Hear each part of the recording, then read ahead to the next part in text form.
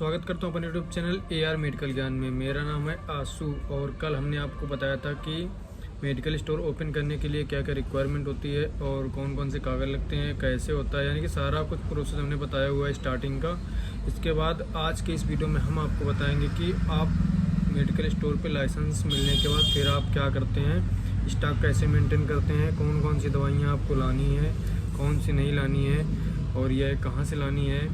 तो सारा कुछ इस वीडियो में बताने वाले हैं, तो आप वीडियो को अंत तक जरूर देखें और चैनल पे नए हैं तो चैनल को सब्सक्राइब जरूर कर लें।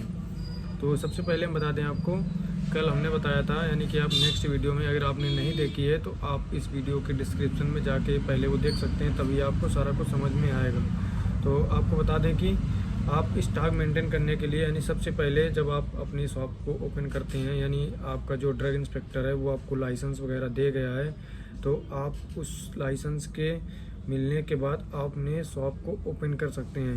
यानी कि जब तक लाइसेंस नहीं मिलता है तब तक आप अपनी दवाइयाँ वगैरह नहीं भर सकते हैं, क्योंकि जब लाइसेंस आपको मिलेगा तो उसको मिलने के पहले सारी क्राइटेरिया जो होती हैं वो पूरी होनी चाहिए, तभी आपको लाइसेंस मिलेगा और तभी आप दवाइयाँ रख सकते हैं। यानी कि आपकी दुकान की लंबाई चौड़ाई वगैरह जो क्राइटेरिया होती है 120 स्क्वायर फीट, वो सारी कुछ होनी चाहिए, तब आपको ड्रग इंस्पेक्टर जो होता है वो लाइसेंस देता है। फिर लाइसेंस मिलने के बाद जैसे ही वेरिफिकेशन वगैरह हो जाता है तो आप अपने मेडिकल स्टोर पर दवाइयाँ रख सकते हैं। और इसके बाद आपको बता दें कि आपको स्टॉक वगैरह कैसे मेंटेन करना है, यानी कि आपको स्टार्टिंग में कौन सी दवाइयाँ लानी है, कौन सी नहीं लानी है, क्योंकि आपको एक्सपायरी का भी ध्यान रखना है। आप सारा कुछ एक साथ तो रख देंगे, लेकिन अगर वो एक्सपायर हो गया तो फिर आपका नुकसान हो जाएगा। तो आपको किस तरीके से मंगानी है, किस तरीके से नहीं मंगानी है, वो सारा कुछ हम बता रहे हैं। तो आपको लाइसेंस मिलने के बाद आप दवाइयाँ वगैरह आप अपनी मार्केट से ला सकते हैं या किसी परचेजर के द्वारा से मंगा सकते हैं। अब आपका मार्केट कहाँ पर है दवाइयों का, ये तो मुझे नहीं पता, ये आपको खुद से पता करना पड़ेगा। और इसके बाद जब आप मेडिकल स्टोर ओपन कर लेते हैं तो आपके शॉप पे कंपनी के कुछ सेल्समैन वगैरह आएंगे, जो कंपनी से डायरेक्ट अटैच होंगे, वो आपको सीधा माल ला के आपकी शॉप पर देंगे, आपको कहीं भी जाने की ज़रूरत नहीं है।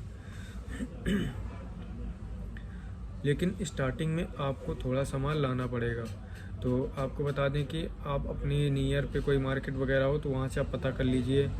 स्टार्टिंग में आप दवाइयाँ वही लाइए जो चलने वाली होती हैं, जो कॉमन मेडिसिन होती हैं, जैसे कि खांसी जुकाम बुखार की दवाइयाँ हो गई और पेट दर्द बुखार वगैरह की हो गई। इसके अलावा और भी बहुत सी कॉमन चीज़ें होती हैं जो डेली बिकने वाली होती हैं, आप उनको लाइए। और इसके अलावा आप स्टार्टिंग में आप ज़्यादा पैसा मत लगाइए। आप ज़्यादा पैसा लगाएंगे तो आप परेशान हो जाएंगे, क्योंकि आपका नया नया काम होता है और वो अचानक से नहीं चलने लगता है। आप कितनी भी सिटी में हो या गांव में हो, रूरल एरिया हो या अर्बन एरिया हो, सबसे फर्स्ट टाइम आप कंफ्यूज होंगे कि कौन सी दवाइयाँ लानी है, कौन सी नहीं लानी है। यानी कि आपको उसके बारे में ज़्यादा नॉलेज नहीं होता है, तो आप उस कंडीशन में क्या कर सकते हैं, आप सबसे पहले आप यदि मेडिकल स्टोर ओपन करने जा रहे हैं तो आपको थोड़ा बहुत नॉलेज तो होगा ही। आप बिना नॉलेज के ओपन कर रहे हैं तो फिर आपको बहुत ज़्यादा टाइम लग सकता है और आप स्टार्टिंग में किसी न किसी की हेल्प तो आपको लेनी ही पड़ेगी।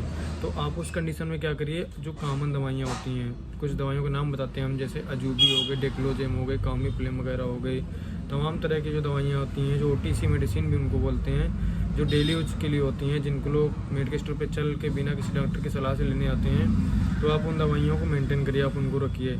इसके साथ साथ कुछ कॉमन सिरप वगैरह होती हैं, वो आप लेके रखिए। स्टार्टिंग में कॉमन दवाइयाँ रखना ज़रूरी है, क्योंकि यही दवाइयाँ बिकेंगी। और इसके बाद वैरायटी बनाने के लिए आपको बता दें हम, जो दवाइयाँ आपने मंगाया है उसके अलावा आप जैसे कस्टमर कुछ लेने आता है आपकी शॉप पे, तो आप क्या करिए, आपके पास यदि है तो आप दे दीजिए, नहीं है तो आप उसके लिए एक ऑर्डर डायरी बनाइए। अब डायरी बनाने के बाद उसमें नोट करिए, जो कस्टमर लेने आता है तो आप उससे मत कहिए कि मेरे पास नहीं है। ये बिजनेस का एक बहुत अच्छा तरीका होता है। यदि कस्टमर कोई सामान लेने आता है और वो आपके पास नहीं है,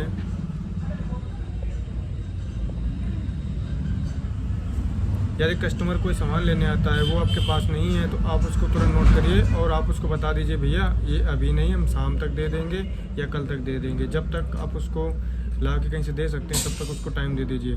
तो हो सकता है कि वो आज तो कहीं से जाके ले ले, लेकिन नेक्स्ट टाइम जब आएगा तो आपके पास ज़रूर आएगा, क्योंकि उसको ये लगेगा कि हाँ भैया ने बोला था कि हम कल दे देंगे, तो वो कहीं से लेने की बजाय आपके पास आके ले लेगा।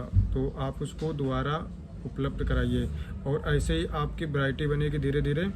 तो आप जैसे कोई दवाइयाँ मंगाएंगे या कुछ नहीं है, कुछ कस्टमर बता जाएगा, तो आपका इससे नॉलेज भी बढ़ेगा और आपकी वैरायटी भी मेंटेन होती जाएगी।